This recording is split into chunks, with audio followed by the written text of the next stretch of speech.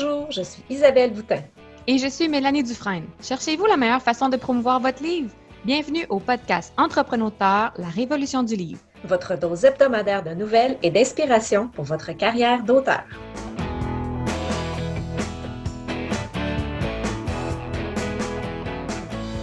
Bonjour et bienvenue à l'épisode 7 de la saison 2. Isabelle, comment vas-tu? Salut, ça va fatiguer, mais ça va très bien. Besoin de vacances. Et toi? Besoin de vacances aussi, mais ma cheville reprend du mieux. Donc, j'ai été capable de recommencer à marcher mon chien malgré le verglas et la température qu'on a eue. Puis, C'est une épreuve assez. Avec des patins, ça se fait bien. En botte, un peu plus difficile. En luge, pour descendre la rue, là, ça serait sportif. Effectivement. Mais sinon, en écriture, Ben là, j'ai vu que tu avais publié sur ton blog le bilan de tes 2 ans de publication. Oui, ça a fait. Mais dans le fond, mon vrai anniversaire d'auto-édition, c'est en octobre. J'avais publié une nouvelle, mais mon premier roman est sorti en décembre, il y a 2 ans. Donc, l'année passée, j'avais fait un bilan. Fait que là, cette année, je trouvais ça le fun de faire la comparaison. Ben oui.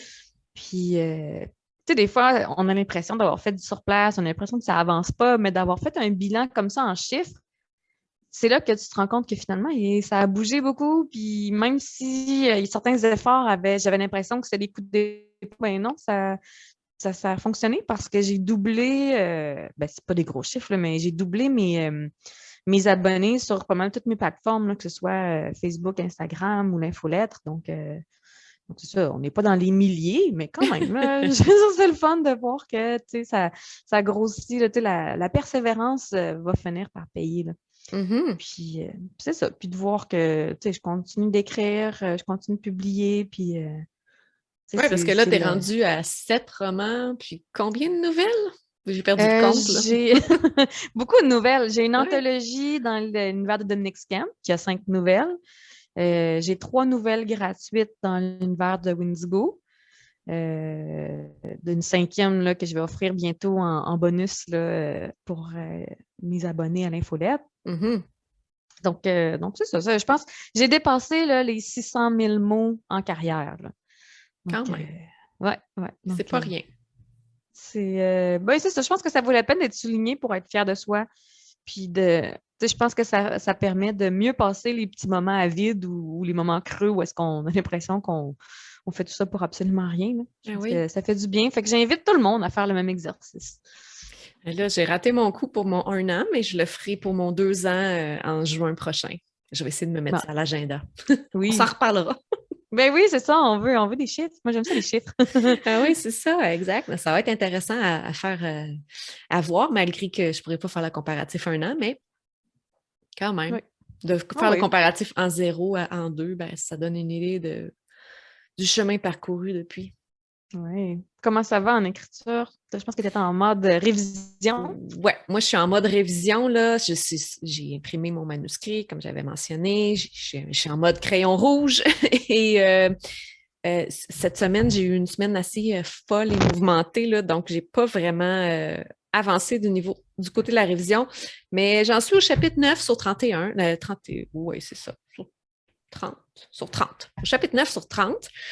Donc, ça avance, mais ça avance pas vite. Mais là, les vacances arrivent, donc je vais avoir un petit peu plus de temps et d'énergie mentale à consacrer à ma révision. Je prends beaucoup de notes. Je me suis rendu compte que le fait de l'avoir imprimé, c'est utile parce que, bon, oui, je bariole des phrases puis il y a des choses que je me mets comme note de reformuler, mais je prends aussi beaucoup de notes sur les personnages pour m'assurer qu'il y a de la cohérence tout le long, étant donné que c'est un roman que j'ai écrit sur 1 an. Ce que j'ai écrit au début versus ce que j'ai écrit à la fin, ben des fois, il y a des petits oublis. Donc, je prends la peine là, quand je note des choses intéressantes comme « Ah oui, un tel, là, j'ai noté un tel, bon, ben, moi, c'est des elfes puis des gnomes, là, fait que j'ai noté qu'un tel avait très peu de poils. Donc, il ne faut pas que plus tard, je mentionne qu'il est poilu, tu sais.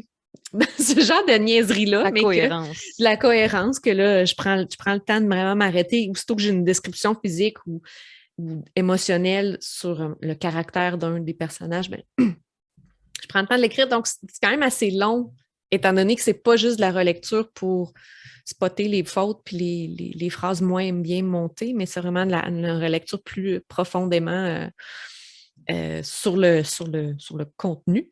Et la deuxième relecture sera plus sur le français, là. Quand je vois des choses, c'est sûr, je les indique, là, mais je ne focus pas mon attention là-dessus. Mais ça avance. Donc, toujours l'objectif de publier en 2022, mais quand, seul l'avenir nous dira. Et ce sera mon 4e roman, dans le fond, ce qui est moins prolifique que toi et surtout moins prolifique que notre invité de la semaine. Est-ce que tu veux nous présenter notre invité de la semaine que tu as rencontré la semaine dernière? Oui, alors j'ai décidé de tenter le tout pour le tout. On a eu plusieurs invités français cette saison-ci. Et puis donc on est revenu un peu du côté québécois de la semaine passée avec Guillaume Morissette. Mais là, j'ai visé gros, en fait, j'ai vu un de ses livres à la pharmacie à côté de chez moi. Je me dis, il faut qu'on lui parle. C'est Anne Robillard. Donc, j'ai déjà entendu qu'elle avait l'étiquette de l'auteur de fantasy la plus connue de la francophonie. Puis je pense qu'effectivement, sur les groupes de lecture, invariablement, c'est suggéré là, pour initier les gens à la fantasy. Et puis c'est ça, je savais qu'une partie de son catalogue était indépendant. Puis à la quantité de livres qu'elle a publiés, puis les endroits où elle est distribuée, je veux dire, ça mérite une mention honorable. Puis je me disais, je voulais savoir si c'était à la portée de tous. Est-ce qu'on pouvait répliquer le phénomène Anne Robillard ou pas? Donc c'est ce qu'on va découvrir dans l'entrevue de cette semaine. Parfait. On s'en va écouter ça, puis on revient tout de suite après.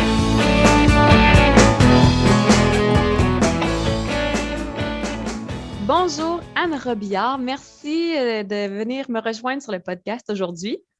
Merci de m'avoir invitée. Tu publies depuis aussi loin que ma mémoire remonte. Là, c'est ça, on va peut-être donner nos âges respectifs, là, mais donc tu fais partie du décor fantastique au Québec, puis même je pense que de la francophonie en général. Mais pour ceux qui sortiraient d'une grotte sombre et obscure, veux-tu te présenter pour nos auditeurs? OK, je m'appelle Anne Robillard. Je suis un auteur de héroïque fantasy et de fantastique. Je publie depuis 2002. Mon premier livre, c'est Les Chevaliers d'Émeraude, mais j'écrivais bien avant ça. J'ai commencé, j'avais 6 ans. C'est sûr que ce n'était pas des livres comme maintenant, là, mais j'ai jamais arrêté. J'ai toujours évolué dans ce que je faisais. Et c'est ça, je suis rendue à mon 87e roman que je suis en train d'écrire. Wow! Puis donc, t'en as sur ces 87 romans-là, il y en a quoi, 76 qui sont publiés, c'est ça? Tous publiés. Ils sont tous publiés? Sauf le petit dernier là, que je suis en train de faire. C'est très impressionnant. C'est une bibliographie fort impressionnante. Très honorable. Donc, oui, en fait, il faut que ça sorte de ma tête. Pour moi, c'est une thérapie, là. De rendre compte du monde qui vit dans ma tête, qu'il faut que je sorte de là. C'est pour ça que les séries, la minute j'en ai fini une, il y a une autre gang qui prend sa place dans ma tête. Fait qu'on continue. Est-ce que tu travailles sur plus qu'une série en parallèle ou tu te concentres sur chaque série? Ça m'est déjà arrivé, je faisais Les Chevaliers puis Ange en même temps. Okay. Après ça, j'aime toujours peut-être un qui chevauche un peu l'autre, mais ça fait un bout de temps que j'ai pas fait ça parce qu'ils viennent plus facilement un après l'autre maintenant, qu'un par-dessus l'autre. OK. Est-ce que tu as déjà été faire des essais plus loin que la fantaisie héroïque ou c'est vraiment toujours resté dans cette branche-là? J'ai essayé, mais ça revient tout le temps à quelque chose de fou et de fantastique. Je ne suis pas capable d'écrire normal. J'ai accepté que je ne suis pas capable d'écrire normal. Il y a un fantôme quelque part. J'ai essayé au début, j'écrivais beaucoup de scénarios. OK. Puis ça finissait toujours avec quelque chose de fantastique de là. Je dis, bon, regarde, je suis vaccinée au fantastique, on va rester là. Oui, c'est ça, on s'assume. On s'assume, c'est en plein ça. Au niveau de l'écriture, pour toi, ça ressemble à quoi? Donc, tu écris depuis toute jeune. Est-ce que ça a toujours été une activité régulière? Comment ça marche, ton quotidien en écriture? Au quotidien maintenant? Au quotidien depuis... Oui, ben, l'évolution dans le temps, parce qu'avec une aussi grande bibliographie, je dirais, c'est sûr que ça a évolué, mais à quoi ça ressemble, donc? OK, j'ai toujours écrit. Moi, je suis une personne qui n'avait pas de problème à l'école. aucun problème. D'ailleurs, les plus jeunes chez nous m'en veulent encore parce que j'étais citée comme l'exemple de la famille. Tu sais. Anne est capable, tu devrais être capable, mais je suis une personne spéciale à part. Tu sais. Je suis ordonnée, je suis cartésienne. Oui, j'écris du fantastique, mais je suis cartésienne quand même. Et j'arrivais chez nous, je faisais les devoirs, les leçons, puis là, je pouvais faire autre chose. Les autres, ils traînaient tellement jusqu'au dodo, puis ils ne pouvaient pas rien faire d'autre. Moi, j'avais fini, puis je faisais d'autres choses. J'écrivais. Ou j'allais prendre soin de mes chevaux invisibles dans la cour. Tu vois, déjà, le fantastique est installé. J'ai toujours eu du temps pour écrire. Même quand j'ai travaillé au bureau, je travaillais dans un cabinet d'avocat pendant 27 ans. Puis j'avais le temps de travailler. Le soir, j'allais à l'université, parce que j'ai fait mon bac en français et en traduction. Et je trouvais du temps pour écrire quand même. Mais les premiers manuscrits que j'ai envoyés, c'est du fantastique quand même, mais je me faisais toujours dire, Madame, on n'a pas de collection de fantastique. C'est toutes les boîtes que j'ai essayées. C'est OK. Quand j'ai rêvé au Chevalier d'Émeraude en 2000, j'ai dit, wow! En fait, c'est ma sœur qui m'a persuadée de les écrire parce que je dis, es-tu folle, toi, c'est une garde de 40 ans. Je ne suis pas connue, je n'ai jamais été publiée, puis je vais faire pouf, 12 livres. Elle dit, oui, vas-y. Fait que je les ai écrits. Et au lieu d'aller tout de suite voir un éditeur, j'ai dit à ma soeur, on va se publier nous autres mêmes, on va essayer. Et pour pouvoir savoir si c'était bon ou pas bon, j'ai fait moi je peux dire ça, une équipe test. Tu sais, je suis allée chercher 20 personnes, n'importe quel âge, n'importe quel métier, n'importe quel sexe. Tu sais, je leur ai donné chacun les 2 premiers et tout le monde a aimé ça, peu importe l'âge. Même un scientifique, là, dur, aimait ça. J'ai dit, OK, j'ai dit à Claudia, on est bonne, ça va être. Mais à l'intérieur de ces gens-là, il y en a 3 qui connaissaient des gens d'édition et qui en ont parlé. Fait qu'on m'a appelé pour venir porter mon manuscrit. Fait que c'est comme ça que ça a commencé. Et après ça, ben, the rest is history, comme ils disent. Oui, c'est ça. Donc finalement, les Chevaliers d'Émeraude n'ont jamais été publiés de façon indépendante. Ils ont été publiés de façon traditionnelle chez De Mortagne, je pense, Oui, c'est les ça? 12 premiers tomes. Après ça, après Les Chevaliers, j'ai embarqué moi-même en édition. J'ai été faire un cours avec Claudia une fin de semaine de comment ça fonctionne l'édition. Et Claudia travaillait déjà à cette époque-là pour Québécois. Publishing, là, tu sais. Oui. Donc, elle avait une petite idée de comment ça marchait les machines. Claudia est très curieuse. Elle est allée voir les machines, elle était voir comment ça marchait. Elle connaissait tout ça. Okay. Fait qu'on était embarqués tous les deux là-dedans. Quand on a fini 3 jours, on a dit, on est capable de faire ça. Fait que c'est là qu'on a décidé de faire les héritiers. Okay. Et puis en ce moment-là, j'avais De Mortagne qui faisait les Chevaliers, puis j'avais Langto à l'époque, le Michel Brûlé qui faisait Ange. OK. Là, j'ai tout récupéré sauf les Chevaliers en ce moment. Comment ça s'est passé, la récupération de tes droits? La récupération, avec Michel, c'était facile. OK. Parce qu'à cette époque-là, Michel, c'était une personne qui avait un projet, un autre projet. Tu sais. Fait que là, il avait comme plus le temps de s'occuper de Ange. Fait qu'il me les a mis dans les mains. Okay. Fait que j'ai fait une entente avec lui. Finalement, ben, ça s'est très bien passé. Okay. Même chose avec Guy Saint-Jean qui m'a redonné les ailes d'Alexandre. Parce qu'ils ont d'autres projets. Fait que, tu sais, ça a été bien. Avec De Mortagne, ben, je vais attendre. Je suis une personne quand même, je respecte mes contrats. Je n'ai pas été pour des avocats pendant 27 ans pour rien. Là. Et en 2023, le contrat se termine et je redeviens propriétaire. Fait que là, on va se réorganiser. OK, parce que c'est ça, je voyais qu'encore sur Amazon, on voit là, que c'est De Mortagne, l'éditeur, donc là, je n'étais pas sûre. OK. Donc, tu attends la fin du temps. Pendant 1 an et demi. OK. Bon, après ça, c'est moi. Ouais, c'est ça, le pire est ça fait. va faire du travail en tabarouette, mais depuis le temps qu'on fait ça, là, ça fait 11 ans là, que je me publie à compte d'auteur et que Claudia travaille avec moi, on est capable. Oui. Puis on a une lampe secrète. Oui, Karine, elle essaye de suivre les 2 sœurs Robillard. Ah oui. Donc, entre le moment où tu as une idée ou un projet un peu plus solide, puis le moment où tu es prête à passer à la publication, il se passe combien de temps? Avant, c'était 6 mois. Okay. À un moment donné, parce que les gens en voulaient, je suis très, très influençable. Les femmes m'écrivent, puis on voudrait qu'il en sorte plus. OK, ça a pris 3 mois. Et on est capable, par exemple, on a déjà fait en 1 mois. OK. On opère. Bon, ça, c'est Karine. Là. Hey, toi. Oui. Donc, Fait que c'est à peu près, disons, pour faire un beau produit, c'est 3 mois ici. Mais ça peut être 1 mois quand on est mal pris. OK. On a tous les gens avec qui on travaille, tu sais. Fait que c'est Claudia qui coordonne tout ça. Fait que pour l'écriture, comment ça se passe une journée pour toi? Mon Dieu, on se lève à 5 heures, on fait un petit ménage, on organise tout l'appartement et après ça, on s'installe et on part. Fait que d'habitude, à 6 heures, 6h30, je suis déjà en train d'écrire. OK. J'arrête pour le dîner, j'arrête pour le souper, puis après ça, rendu au souper, j'ai les yeux en forme de cran d'ordinateur. Fait que je m'installe devant la télévision, puis je continue sur une tablette avec un crayon. OK. Donc, tu écris combien d'heures dans une journée? 10, 12 heures? À peu près. Wow! C'est énorme. Tant que ça vient, tant que l'idée est avec moi et que ça roule. Si à un moment donné, j'ai une question où je fais des recherches, même en fantastique, il faut qu'on fasse des recherches par moment. Là, je vais arrêter et je dis, bon, on va faire la recherche. OK. Mais Donc, est-ce que tu as des objectifs chiffrés? Donc, faire X nombre de mots en une journée ou en une heure? En fait, il faut que c'est à moi de faire mon rythme selon le calendrier de production que Claudia nous fait. Fait que pour Karine, calendrier de production veut dire commence sa publicité telle date. Moi, c'est finis ton livre telle date. Il faut que tu remettes ta réviseur. Tu sais, c'est vraiment très, très détaillé. Tu remets un réviseur. J'ai 2 révisions. On fait toujours 2 révisions. Première révision, deuxième révision, tu sais, les dates sont toutes là. Et après ça, ça s'en va à elle. Elle monte.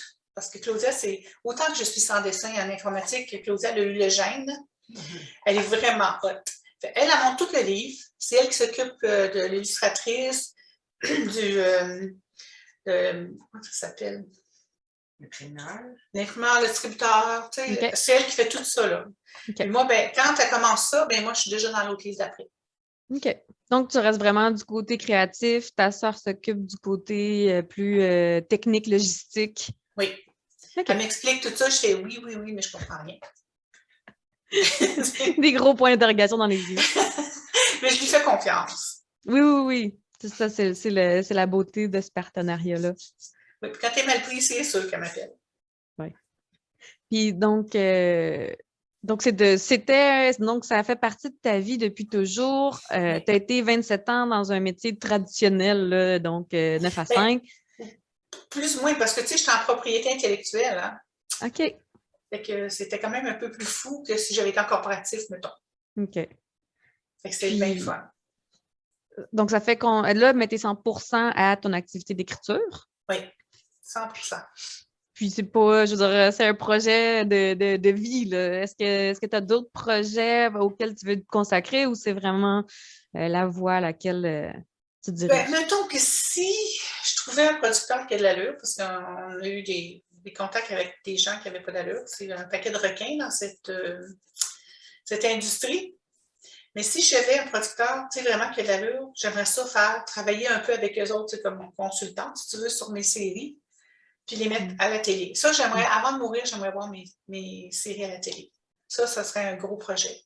Mais en attendant, je ne suis pas capable d'arrêter. Ouais. Donc, un autre format. Parce que là, c'est disponible en format papier, format e-book. Et j'ai vu que tu étais sur Audible aussi. Oui, on a fait les Chevaliers d'Émeraude sur Audible. Donc, est-ce que vous avez démarché vos narrateurs ou c'est Audible qui est venu vous offrir le contrat? Audible m'a approché puis j'ai dit que j'avais un ami extraordinaire qui est chez Radio-Canada depuis 1 million d'années. Là. Puis je savais qu'il cherchait du travail. À ce moment-là, je disais, oui, viens-t'en, j'ai quelque chose pour toi. OK. Donc, tu as choisi ton narrateur. Oui. Puis Audible, c'est s'occuper de la production? Tout le reste, c'est de s'occuper de tout le reste. Wow. Puis, est-ce que tu trouves que c'est différent à mettre en marché? Est-ce que c'est différent comme produit? Ou... Je ne m'occupe pas du tout de ce bout-là. OK. Mais je sais qu'il y a des gens qui aimeraient voir la suite, mais Audible, c'est plus long avant qu'ils reviennent vers toi. Oui, c'est une nouvelle plateforme aussi. Là. C'est pas on avait trouvé quelqu'un d'autre, mais il fallait qu'on paye pour les faire faire. Ouais. Fait qu'avec la COVID, il avait moins de sous. Fait que, on va attendre. OK. Puis, donc, au niveau de... Ben, est-ce que tu touches un petit peu à ce qui a trait à la promotion de tes livres ou c'est vraiment toute ta sœur qui s'occupe de ça? En fait, c'est Karine. OK, donc ton adjoint. Claudia, elle a par-dessus la tête juste monté les livres. Surtout, tu sais, en ce moment, je suis redevenue propriétaire des ailes d'Alexandre, fait qu'il faut tout qu'on les remonte. Tu sais, il faut que ça redevienne notre produit à nous, fait qu'elle a vraiment beaucoup, beaucoup, beaucoup. Changer les couvertures, changer Oui, bien, changer, on a une coupe qu'on a gardée qu'on aimait beaucoup. De toute façon, OK. c'est nous qui les avions commandées au début, mais tu sais, au fil du temps, on a eu d'autres intervenants avec nous, on a appris d'autres choses. On peut faire plus maintenant. Fait qu'elle est en train de refaire tout ça. Fait que c'est Karine qui s'occupe de toute la publicité. Elle fait comment t'appelles ça? Les infolettes. Oui. Aide-moi donc, là, ici. Ben, les petits pubs Facebook. Les pubs Facebook. Si on a des publicités dans des journaux. Toutes les publicités, elle montre tout ça. OK. Elle est bien bonne en images. Quelque Mm. chose que, moi, en tout cas, elle arrive beaucoup de moi, parce que quand je donne une idée, je l'ai découpée, puis je l'ai collée sur un papier. Puis là, c'est organique, ça ressemble un peu à ça. Elle a fait ça des collages. C'est Mais bon. je ne pourrais pas dessiner, fait que là, je trouve une façon de me faire comprendre. C'est très créatif. Gna. C'est très créatif. Ouais. Oui. Tu sais, je suis restée à l'époque maternelle. Là. Bon, chacun nos forces, là. Il y en a qui font de la manipulation photo. Toi, t'écris. Oh, tout ce qui s'appelle un écran, là, je vais écrire des mots parce que c'est un mal nécessaire pour pouvoir avoir un manuscrit qui s'en va à l'impression, parce que je ferais tout à main, moi, là, il n'y a pas de problème avec ça. Mais écoute, ça prend ça. Oui.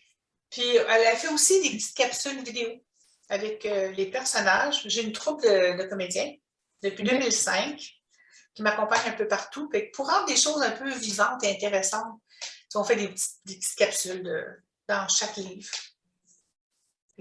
C'est elle qui filme, qui fait le montage, qui me fait tout. Ça aussi, c'est une autre affaire que je ne connais pas. OK. Est-ce que physiquement, est-ce que tu prends part à des salons ou est-ce que tu fais des interventions? J'en ai fait énormément. Écoute bien, les 2 premières années des Chevaliers, pour les faire connaître, il a fallu que... Moi, je faisais ça. Mon éditeur ne faisait pas de publicité. Il ne croyait pas à ça. Pour lui, un livre, ça se vendait tout seul. Fait que moi, je n'étais pas d'accord, mais je ne me suis pas battue avec. Je suis allée faire des écoles. J'ai gardé tous mes anciens agendas. Il y a une année, je pense qu'on a fait 150. Wow. Et pour faire connaître le livre, là, c'est école, bibliothèque, librairie. J'ai fait Comic Con, j'ai fait Geek Culture. Le plus possible faire connaître. Un livre ne se vend pas si tu ne sais pas qu'il existe. Mm-hmm.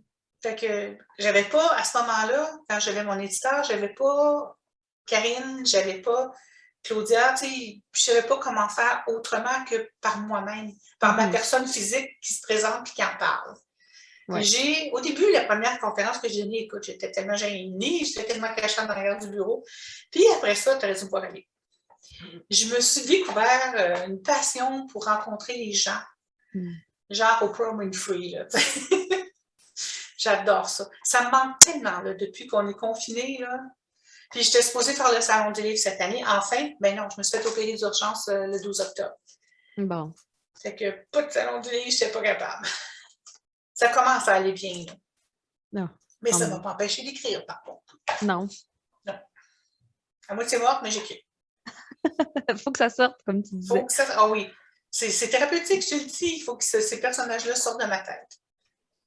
Puis, donc, parmi toutes les stratégies de visibilité, laquelle penses-tu t'a permis d'atteindre le niveau de popularité? Parce que j'ai déjà entendu l'étiquette, donc que tu étais l'auteur la plus connue de la francophonie en fantasy. Donc, qu'est-ce que tu penses qui a permis de te propulser à ce niveau-là? L'ouverture en France, premièrement, parce que c'est quand même un supermarché comparé à nous autres. Donc, ma présence à moi, physiquement, partout ici au Québec. Et ensuite, je suis allée en France pour faire connaître les livres aussi. Puis il y a aussi l'intérêt, je pense que j'écris ce que les gens veulent lire. Ça revient à ça, parce que je pourrais écrire n'importe quoi, s'ils n'aimaient pas ça, je ne serais pas rendue où je suis, là. Ils se sont attachés aux personnages. Et j'écris d'une façon un peu spéciale. Ce que je veux, c'est qu'ils vivent une grande aventure ailleurs que dans leur cuisine ou leur salon. Et j'écris de façon à ce qu'ils se sentent avec eux dans les livres. C'est mon style est plus cinématographique, je dirais. J'ai commencé en écrivant des scénarios, ben c'est comme resté en moi. Puis, au début, je me faisais dire par mes premiers réviseurs, on n'écrit pas comme ça en français, madame. Je dis, oui, mais moi, j'écris comme ça. C'est le même que ça va être. Puis ça fonctionne. Les gens me disent, moi, je galope avec eux autres, je me bats avec eux autres. Mais c'est ça que je voulais. C'est vraiment ça que je voulais. Ouais. Puis les lecteurs t'ont donné raison, visiblement. Ils ont besoin de magie, puis j'en avais à donner. Ouais. Puis j'en ai encore plein à donner. Jusqu'à mon dernier souffle. Donc, si on regarde un petit peu, donc là, tu as une équipe autour de toi, le temps que tu investis dans l'écriture, à comparaison du temps que ton équipe investit en promotion et en visibilité, est-ce que c'est du 1 pour 1? Est-ce que ça ressemble à quoi le ratio? On travaille pas mal tous de 9 à 5, ça c'est sûr, ça. Et des fois over. Des fois, c'est dans la soirée. Karine, je peux l'appeler n'importe quand, sauf la nuit. Oui. Mais tu sais, si j'ai une idée, je vais tout de suite faire un petit texte dans Messenger. Puis elle me répond ça veut ou elle me répond le lendemain, mais tu sais, je dis tout de suite sans ça, j'oublie. Même chose pour elle, elle peut me contacter quand elle veut, comme elle veut. Je pense qu'on travaille pas mal plein d'heures. Même Claudia, en ce moment, elle travaille plus d'heures que nous deux. Là.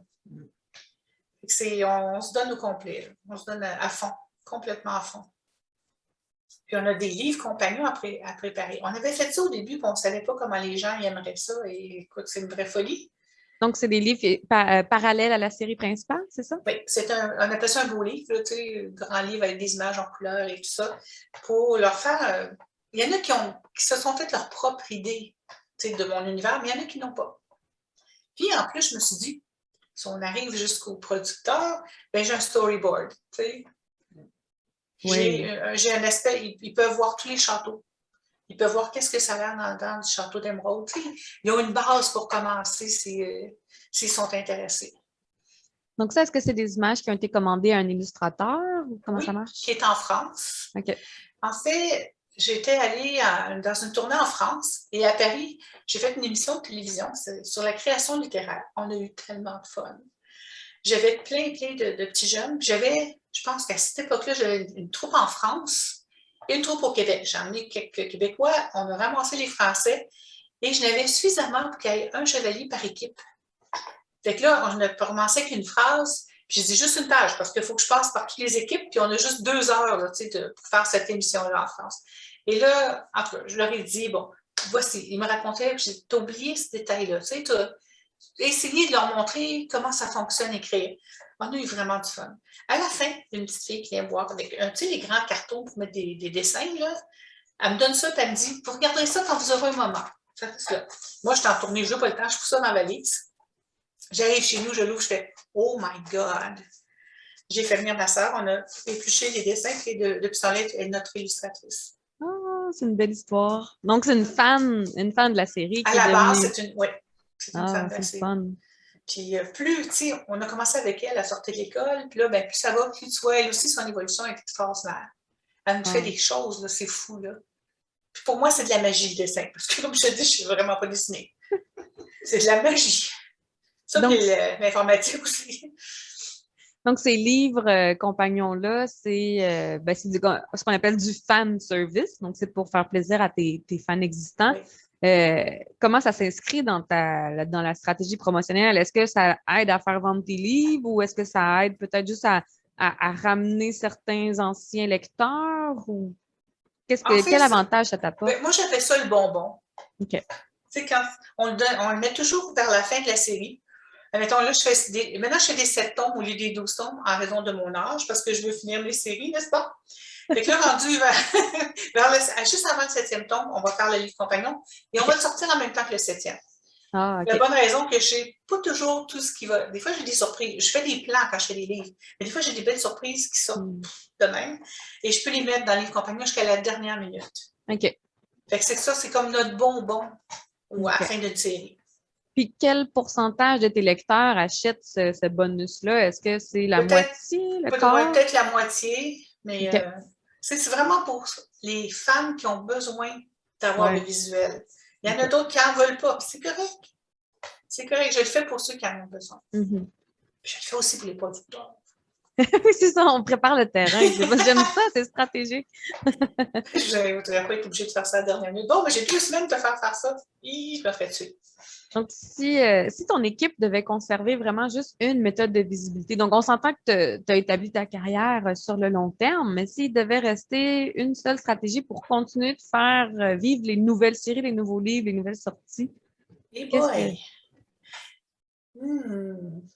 Si peut on te laisser? avait, s'il fallait qu'on garde une seule méthode de publicité dans tout ce qu'on fait, qu'est-ce qu'on garderait? Qu'est-ce qui serait le plus efficace? On va poser la question à la bonne personne. Oui, c'est ça. Ben, c'est difficile. Elle dit que c'est difficile.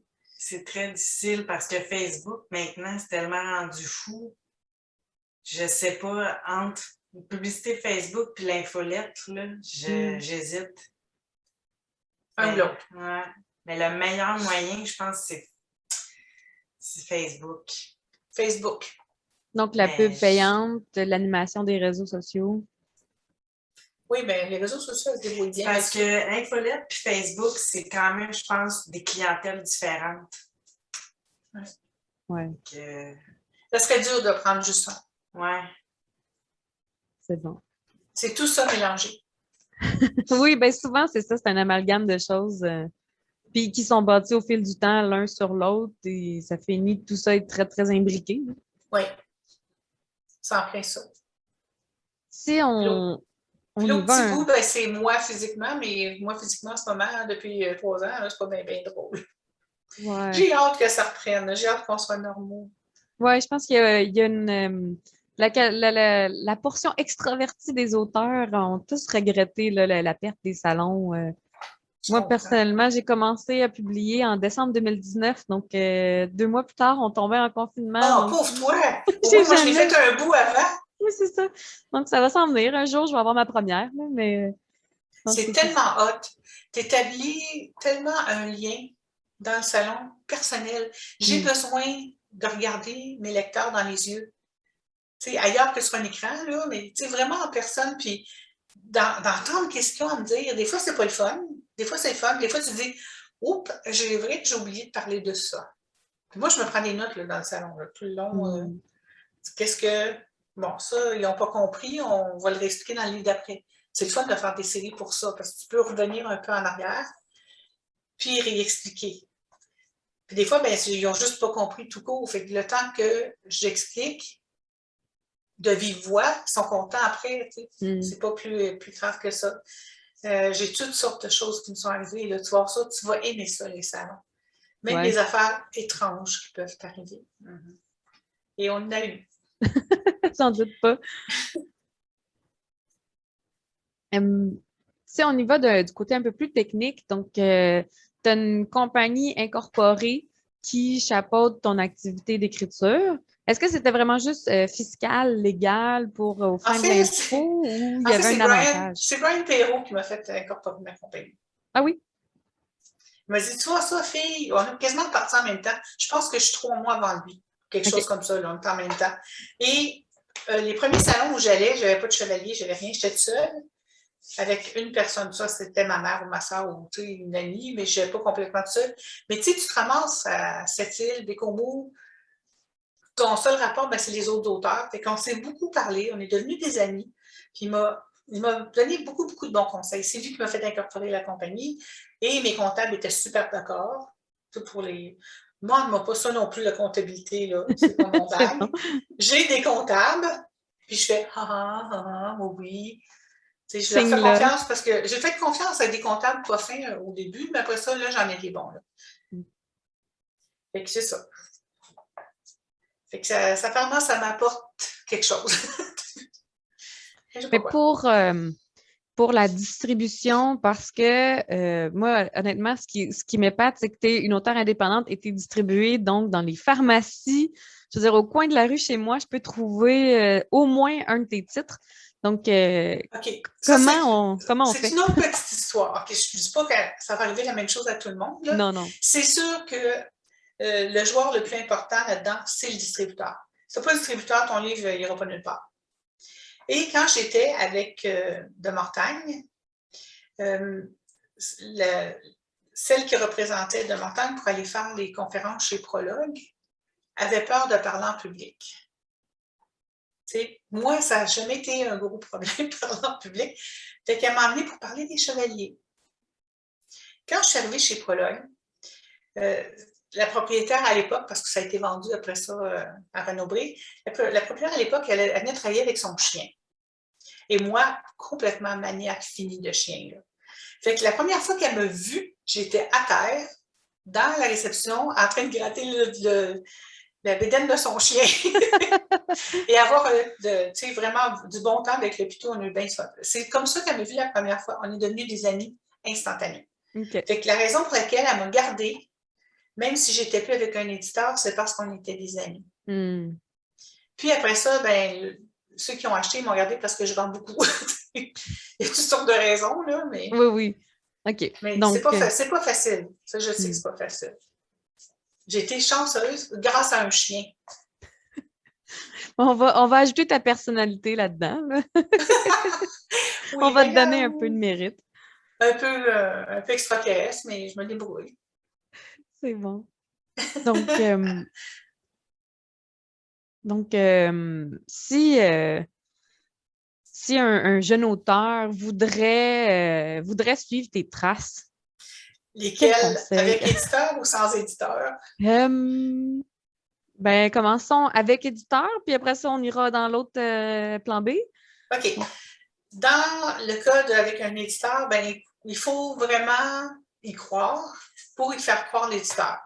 On appelle ça un pitch, en bon français, un pitch. Il faut que tu puisses vendre ta série facilement, en quelques phrases. Ça se pratique, ça s'apprend. Et, il faut être très patient parce que je l'ai envoyé pendant 20 ans, moi, des manuscrits, puis je me suis fait dire non. Ça fait pas longtemps parce que j'ai déménagé, j'avais plus de place, j'ai tout jeté mes lettres de non. Ça m'a fait très bien. Ça guérit mon petit cœur. Libérateur. C'est très libérateur, oui. Et il faut s'attendre à ce qu'il va y avoir beaucoup de non et un oui quelque part.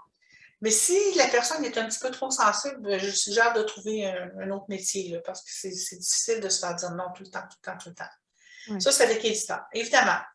L'autre chose, je sais qu'un éditeur, pas un éditeur, un écrivain qui commence, n'a pas nécessairement les moyens d'avoir un avocat. Mais pour moi, c'est un atout, c'est pas une dépense. Un avocat qui va dire non, cette clause-là, ça ne marche pas. Tu sais, qui est au courant de la loi. Parce qu'il y a beaucoup de contrats d'édition qui sont passés date. Fait que, pour le remettre avec la loi, puis le bout du jour, puis tout ça, avec la loi du droit d'auteur et tout ça. Ça vaut la peine d'avoir. Je le recommande d'avoir en premier un avocat qui va lire le contrat. Elle ne va pas signer rien là, avec une foi aveugle.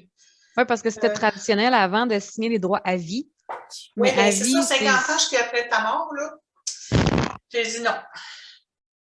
C'est quelque chose que je ne voulais pas. C'est long. On a renégocié. En plus, moi, je travaillais là-dedans. Je savais que c'était pas tout à fait ce que je voulais. On a refait le contrat jusqu'à temps qu'il soit vraiment moderne. Okay. Que les deux parties, pas juste une des parties qui profite de ce que tu fais, mais les deux. Tu sais, que je ne travaille pas pour un éditeur, mais que l'éditeur et moi, on travaille ensemble. C'est ça que je voulais. Mais je sais que ce n'est pas facile quand tu commences. Tu veux tellement être publié que tu prends n'importe quoi, mais ça vaut la peine de regarder plus proche. Oui. Puis pour réussir en édition indépendante, après ça, qu'est-ce que... Des reins solides financièrement. Ouais. Parce que tu fais le même travail qu'une maison d'édition, mais tu n'as pas les subventions du gouvernement. Une maison d'édition a des subventions sur tout. Pour ceux qui ne le savent pas, là, les employés, leur lieu de travail, l'impression, les réviseurs. Tu sais, je pense qu'ils ont vraiment, là, ils payent la moitié. L'impression, nous, on paye tout. Toutes les factures intégrales. Donc, ça nous coûte plus cher. Mais on est libre. Fait, si j'étais avec un éditeur, je ne pourrais pas sortir 5 tomes par année. Mais parce que je suis mon propre éditeur, je peux le faire. Je peux même en mettre jusqu'à 10, mais je serais prête à les écrire. Mais je pourrais aller jusqu'à 10, tu sais. C'est de la liberté de faire du travail comme tu veux, quand tu veux. OK, c'est moins payant. Je remarque que ce n'est pas plus payant pour l'écrivain qui fait 10 dans son contrat d'édition. Non, c'est ça. Si on publie un livre aux 2 ans sur le calendrier C'est pas éditorial, grand-chose, ouais. contrairement à 2, 3, 4 livres par année, je veux dire, même si on paye toutes les Même si tu factures. payes les dépenses, c'est ça, c'est quand même, tu peux en vivre. J'ai pas besoin d'aller travailler ailleurs, là. Ouais. Je peux vivre de ma plume, mais il ne faut pas que j'arrête d'écrire, par exemple. Avec ta sœur, avec ton adjoint. Donc, tu fais vivre plus que toi-même. Là. Tu fais vivre une petite équipe. Là. Oui, j'ai une petite équipe à faire vivre. Non, oui. Mais on a du fun. En fait, on a surtout du fun à le faire. Oui. Des fois, on est fatigué et on se prend les cheveux, là, mais d'habitude, on a bien du fun. C'est génial. J'avais même organisé des croisières corporatives. Fait que, quand tu vas dans les Caraïbes pour jaser de la future année, c'est le fun, ça? C'est pas négligeable non plus. C'est clair. Mais maintenant, mettons que je suis un peu plus physiquement restreinte. Ouais. Maintenant que j'ai Henri dans ma vie, Henri est en mastomie. Tu sais, c'est quoi une stomie? C'est une... On a enlevé tout le côlon. OK. On a pris le petit bout de l'intestin grêle, on l'a fait sortir de mon corps et j'ai un petit sac sur moi pour toujours. C'est le sac. Fait que ça a pris 1 an avant que je m'apprivoise Henri. Ouais. Il s'appelle Henri, mon petit bout, et il a son caractère. Il faut composer avec Henri. Même, écoute, j'arrive à l'hôpital, les infirmières disent « Bon, comment va Henri? » Ils sont tellement habitués. Oh mon Dieu. Je reçois des cartes de Noël à Anne et Henri. C'est ça. Fait qu'avec l'astomie, c'est sûr que je ne peux pas faire tout ce que je faisais avant, mais on navigue là-dedans. On navigue comme on peut. OK. Il ne m'empêche pas d'écrire. OK, je chiale quand tu as faim, là, mais il ne m'empêche pas d'écrire. C'est bon, ça. Il n'y a pas un mot à dire dans mon écriture. Dieu merci! Non, je ne peux pas écrire juste des histoires de stomie, Henri. Fait que c'est ça. On fait ce qu'on peut à l'âge qu'on a, puis avec la force qu'on a. Mais ce qui est important pour moi, c'est d'écrire. Ouais. Le reste, je vais faire ce que je peux pour. C'est sûr que les salons, je ne pourrais plus le faire. Écoute, j'arrivais le matin, là, puis je faisais les 5 jours en ligne. Là, matin au soir. Ça, je ne suis plus capable. J'ai plus la force de. En fait, j'étais finalement tough parce que j'ai commencé à publier à 48 ans. Quand même. Je faisais ça à 50 ans, les journaux complets. Là. Wow. Mais là, à 66, on a ralenti un petit peu. On va te donner une libération. On va te l'accorder. Oh, merci, Clémentine. Qu'est-ce qui a le plus changé, selon toi, depuis que tu as commencé là, à être éditée, puis au jour d'aujourd'hui comme indépendante, qu'est-ce qui a le plus changé dans le milieu littéraire? Je pense que je ne veux pas me manquer de rien, mais je pense que j'ai ouvert la porte à beaucoup de monde qui n'aurait pas pu écrire autrement. Parce qu'ils n'en faisaient pas de fantastique là, dans le temps. Et j'ai forcé un peu la porte. Tu as défoncé la porte. Karine a dit j'ai défoncé la porte. Oui. J'ai ouvert la porte grande pour d'autres qui avaient envie de faire ça aussi. Tu sais, ça prend de la relève. Je ne suis pas toujours là, moi, là. Ça va en prendre d'autres pour écrire. Et je suis contente, comme pionnière, je suis contente de l'avoir fait. C'était pas mon but quand j'ai commencé. C'est ça que j'écrivais. Fait que c'est ça que je voulais publier. Mais finalement, ça allait servir à beaucoup de monde. Beaucoup de monde. Ça, même moi, personnellement, si je n'avais pas eu J.K. Rowling qui a prouvé aux éditeurs que les gens voulaient en lire, je ne serais pas là non plus, tu sais. C'est ça. Ce qui a changé, c'est surtout ça. Je trouve qu'on est plus libre d'écrire ce qu'on veut. Tu sais, avant, les éditeurs prenaient juste ça, juste ça, juste ça. Mais là, c'est comme, ils ont ouvert plus. Ils ont décloisonné. Oui, ils ont décloisonné. C'est ça. Et qu'on peut écrire, OK, il y a des limites à ce qu'on peut écrire, mais on peut écrire ce qu'on veut. Dans la limite du bon goût. Dans la limite, oui. Dans la limite de l'acceptable, là, tu sais. Puis, on approche de la fin. Donc, en conclusion, si tu voulais donner un conseil à un écrivain débutant, qu'est-ce que ce serait? Je lui dirais que si ce n'est pas sa passion, sa drogue, sa raison de vivre, qu'il choisisse un autre métier. Parce que ça représente beaucoup, beaucoup d'heures, des fois ingrates, parce que tu n'as rien au bout. Ça représente, je pourrais dire ça, un isolement social. C'est pendant que tes amis s'en vont dans un party, tu écris. Parce qu'il faut que tu finisses. C'est vraiment, il faut que ça soit une vocation. Il faut que ça soit vraiment ça qu'il faut que tu sortes de ton corps. C'est la première chose. S'ils écrivent juste pour le fun d'écrire, ils n'iront pas loin. S'ils écrivent, encore pire, s'ils écrivent pour faire de l'argent, ils vont attendre longtemps. Il faut vraiment que ça soit quelque chose qui vienne du cœur, quelque chose que tu ne peux pas te coucher si tu n'as pas écrit. Je ne sais pas si tu comprends. Oui, c'est comme manger, c'est comme respirer. Il faut qu'il y ait cette première qualité-là. L'autre, c'est l'autodiscipline. Il faut que tu mettes beaucoup d'heures pour faire un produit. Tu sais, j'écris pas un livre flou, puis c'est fini. Là, tu repasses dedans, puis tu repasses dedans, puis tu cherches tes mots, tu ouvres le dictionnaire. C'est beaucoup. C'est un travail. C'est pas la baguette magique sur le livre, puis un livre. C'est vraiment, ça représente énormément de travail. Il faut que ça tente à beaucoup travailler.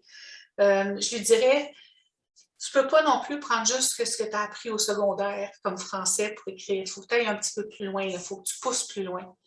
Je suis allée à l'université, j'ai appris des choses extraordinaires que j'aurais jamais su. Des trucs d'auteur, des procédés, la stylistique, tout ça. C'est important de pouvoir faire des choix. Il faut que tu les connaisses, ces choses-là.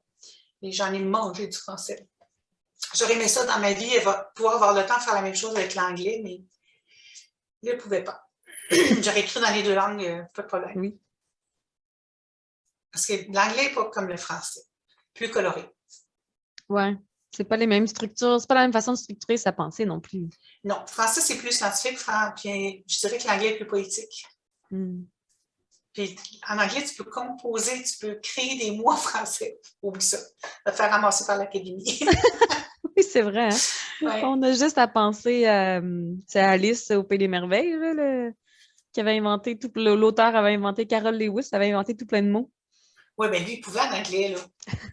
En français, OK, quand tu es pris pour les traduire, c'est bien le fun aussi. Chapeau à je ne sais pas si c'est un homme ou une femme qui a traduit J.K. Rowling, mais vraiment, là, c'est savoureux. Oui. Des bons choix de traduction. Enfin, j'ai aussi étudié en traduction. OK. Et que je peux apprécier beaucoup, beaucoup ce qu'ils ont fait. Puis, donc, c'est ça, je dirais que si c'est vraiment ça qu'il veut faire dans la vie, lâche pas. Puis quand je disais, tu sais, je suis en conférence, puis j'ai toujours des jeunes, puis je leur disais, ben moi, j'ai été publiée à 48 ans. Tu as les faces qui s'allongent, on dit, j'attendrai pas jusque-là. Mais des fois, ça prend ça. Je vis une vie extraordinaire maintenant, mais ça fait 48 ans avant que je me rende, tu sais. Ouais. Ça fait partie du métier. De l'autre côté du rideau, on a l'impression que c'est un succès instantané, mais le succès instantané a été préparé pendant 20 ans. Là. C'est ça, c'est pas ça. C'est vraiment pas ça. Les overnight success, là, il y en a, je sais qu'il y en a. Mais des fois, ils ne durent pas longtemps, ceux-là. Ouais. Mais quand tu as beaucoup, beaucoup de travail, ça dure plus longtemps. Je dirais non, c'est le plus beau métier du monde. J'ai jamais eu autant de fun de ma vie. Oui. Mais il faut y croire. Il faut surtout y croire. Moi, j'ai commencé à pratiquer le secret avant qu'il sorte le livre, Le Secret. Oui, ça me dit de quoi ce livre-là? C'était oui. Tu liras ça, Mané, tu vas voir. Mais je croyais déjà, si tu ne crois pas ce que tu fais, ça n'arrivera pas. Fait que si tu dis, bon, ben j'écris au cas que peut-être que, non, ça ne se passera pas de même. Moi, je rentrais dans une librairie, là, avant que je sois publiée, il manque un livre, il manque le mien. Ouais. Tu sais, déjà, tu le bâtis, les pensées créent notre réalité. Ouais. Comme je sais que je vais être à la télé. Ce que je demande à la vie, c'est le meilleur producteur du monde qui soit sur la même longueur d'onde que moi. Oui.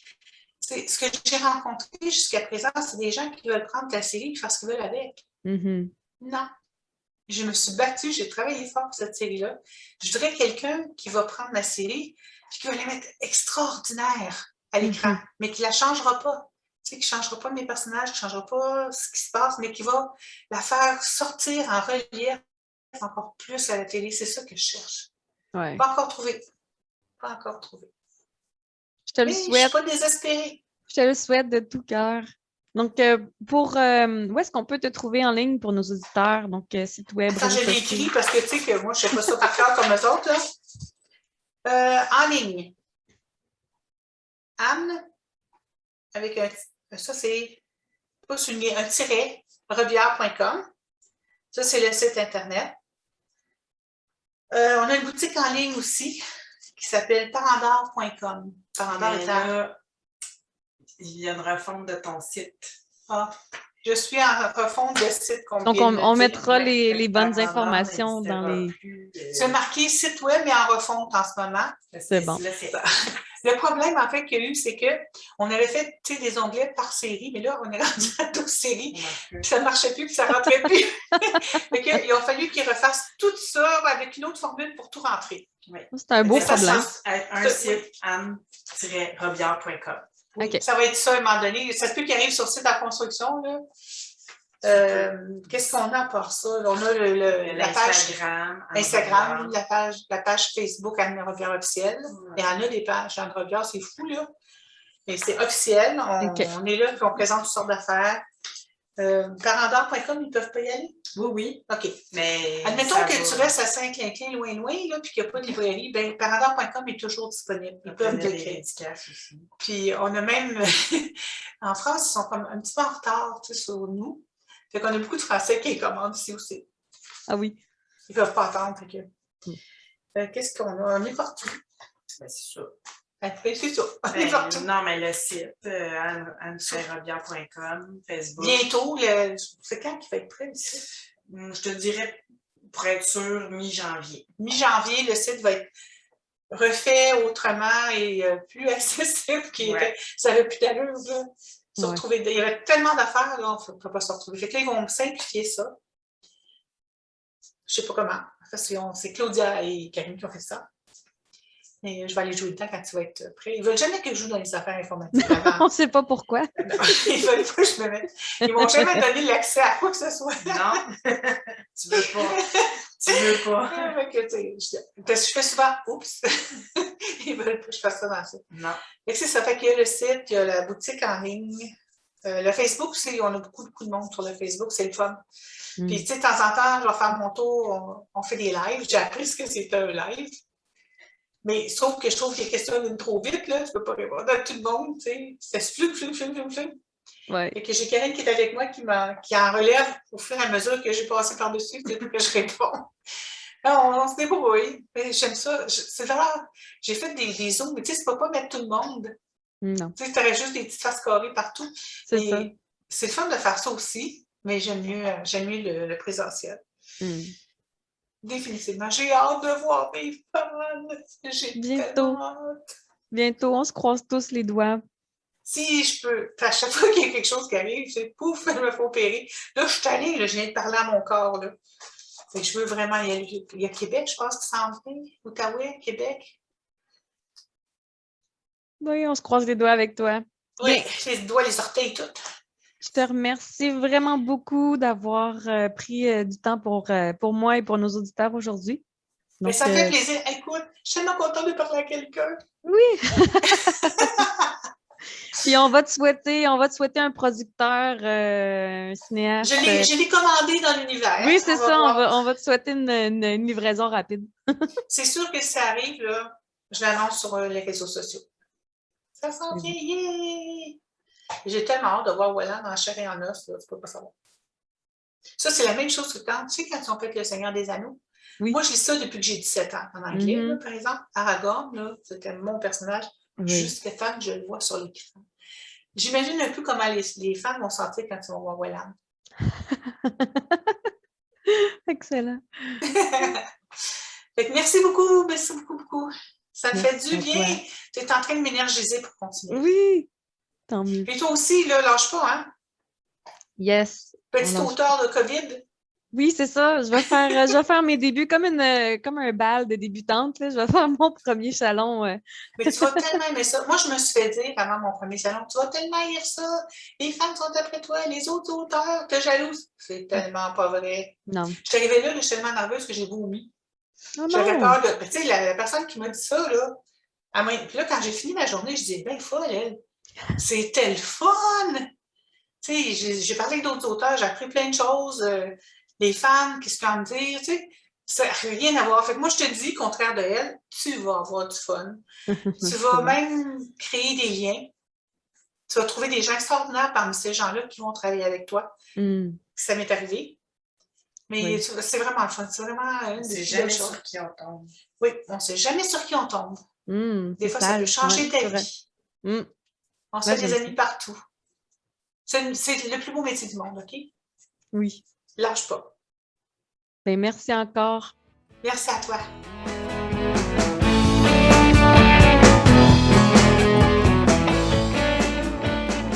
Merci beaucoup, Anne Robillard, d'avoir pris le temps de nous rencontrer pour cette entrevue pour notre podcast. Très intéressant. Moi, je suis impressionnée par le nombre de romans publiés, là. 87 romans. C'est ça, je faisais le calcul dans ma tête hors d'onde. Je dis, dans le fond, sur 20 ans de carrière, c'est quand même juste un petit peu plus que 4 livres par année, mais je dis juste, mais c'est énorme. Oui, ça prend beaucoup de discipline, un calendrier serré, et puis faut être discipliné. Là. Exact, parce que je me rends compte que l'année dernière, quand j'ai sorti ma trilogie, je l'ai sortie en très peu de mois. Donc, oui, tu sais, je l'aurais fait. J'en ai sorti 3, mais j'aurais pu en sortir 4, mais après, j'étais vidée, là. Pas vidée d'idées, là. Les idées, je les ai, c'est l'énergie. Ça prend une bonne énergie pour être capable de faire ça. Oui, puis dans le temps aussi, parce que moi, tu vois, ma première année, j'ai publié 3 livres. Pendant la dernière année qui a passé, mon attention a été divisée sur des traductions en anglais et mes projets en cours. Puis, donc, cette année, j'ai quand même sorti beaucoup de titres. J'ai quand même sorti 3 nouveaux titres en français, 2 en anglais. Mais la conséquence, elle va être apparente l'année prochaine, parce que l'année prochaine, je vais seulement être capable de sortir 2 nouveaux titres en français. Donc, même si je remets toute mon énergie sur mon catalogue francophone à partir de janvier 2022, il y a quand même un effet longue durée. Donc c'est ça. Ça va avoir eu un impact là, jusqu'à 1 an plus tard sur ma production, sur ce que je suis capable de publier. Donc, c'est vraiment très, très impressionnant comme rendement. Vraiment. Ben, c'est là qu'on se rend compte que quelqu'un qui écrit à temps plein, qui fait que ça, va forcément avoir un meilleur rendement que quelqu'un qui doit avoir un emploi alimentaire à côté, ou même pas alimentaire, des fois c'est des emplois de passion, mais qui doit avoir un emploi supplémentaire en plus de son expérience d'écriture. Donc, malheureusement, maintenant, je ne suis plus disponible à temps plein pour écrire, donc je peux laisser tomber l'idée des 4 romans par année, mais bravo, chapeau quand même, bravo. Moi, je pense que c'est devenu ça l'était avant que je parle à Anne, mais je pense que c'est un peu mon rêve, mon objectif ultime, ce serait de pouvoir dire que mon activité d'écriture fait vivre des gens autour de moi. Tu sais, comme elle, sa sœur, elle a son assistante qui travaille à temps plein avec elle. Puis je pense que pour moi, ce serait vraiment là, tu sais, on dit c'est quoi la définition de succès? Je pense que ce serait vraiment le top du succès pour moi de dire que mon activité d'auteur me permet de donner des salaires alimentaires temps plein à des gens autour de moi. Donc, te permettre d'en vivre toi, mais de faire vivre d'autres gens aussi. Exact. Puis moi, ce que je retiens de cette entrevue-là, écoute, on aurait pu continuer à parler toute l'après-midi. Je pense si on n'avait pas eu toutes les deux d'autres engagements, là, j'ai vraiment trouvé là, un très beau contact. Elle est très, très humaine, chaleureuse, elle est drôle, elle est vivante. Puis je pense que c'est probablement une des plus grosses clés de son succès, c'est ça. C'est de la façon qu'elle entre en relation avec les gens. Puis comme elle disait, comment elle a eu à avoir un distributeur, mais c'est les relations qu'elle avait avec ces gens-là, les relations qu'elle a bâties dans les salons. Donc, je pense que en tout cas, c'est la plus grosse leçon que je tire de cette entrevue-là, c'est qu'il ne faut pas négliger les relations avec nos collègues écrivains, avec nos lecteurs, avec tous les gens de la chaîne de l'industrie du livre. Je pense que ça peut être la clé de notre succès. Tout à fait. On dit souvent que le réseau, c'est important dans toutes les sphères de notre vie, encore plus quand on est en affaires. Et je pense qu'en tant qu'auteur autonome, on est des entrepreneurs, on est en affaires, donc les relations, le réseau qu'on est capable de se créer peut vraiment mener au succès. Donc, on en a un bel exemple ici. C'était super intéressant. Et là, on est en ce moment le 17 décembre, on enregistre aujourd'hui, on va publier cet épisode lundi le 20. Et c'est déjà le temps de vous souhaiter des joyeuses fêtes parce qu'on va faire relâche pendant le temps des fêtes. On n'enregistrera rien de nouveau, mais on va être de retour parmi vous en 2022. Moi, je vous souhaite de passer du bon temps en famille, entre amis, même malgré les restrictions, en étant bien sage pour ne pas être malade, mais de passer du bon temps, puis de se reposer surtout. Je pense que c'est important dans l'année de prendre un moment, même si c'est juste une journée ou deux, pour faire le vide, là, puis prendre le temps de faire ce qui nous fait plaisir. Retrouver notre énergie créative pour Tout à mieux fait. repartir. Exactement. Alors, Donc, joyeuses fêtes, une bonne année en santé, remplie de bonheur. joyeuses fêtes! À bientôt!